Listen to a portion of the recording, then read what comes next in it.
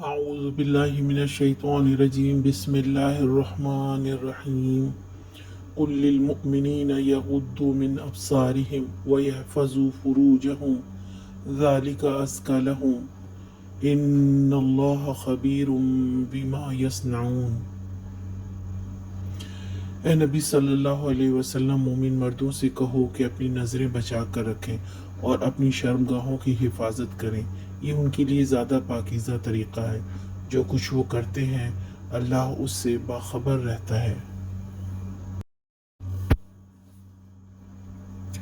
अल्लाह ताला फरमाते हैं, नबी करीम सल्लल्लाहु अलैहि वसल्लम मोमिन मर्दों से कह दें निगाह को नीची रखें और वो हिफाजत करें अपनी शर्मगाहों की। ये बहुत पाकीज़ा और शान वाला काम है। पहली नज़र मुआफ़ है, उसके बाद नज़र को झुका लें, बचा लें, कम कर लेने का हुक्म है। रास्ते में बैठने की ममानियत है। ऐसी महफिल, इदारे या दरसगाह जहाँ ऐसी ख़वातीन हो जिनसे फितने में पड़ने का डर हो, वहाँ निगाह कम कर लें। खुद को बचाएं। ये मामला अल्लाह और बंदे के दरमियान होता है। किसी के दिल की कैफियत क्या है इसकी खबर अल्लाह को है। वो इंसान के दिलों में चलने वाले ख्यालात से भी बाखबर है।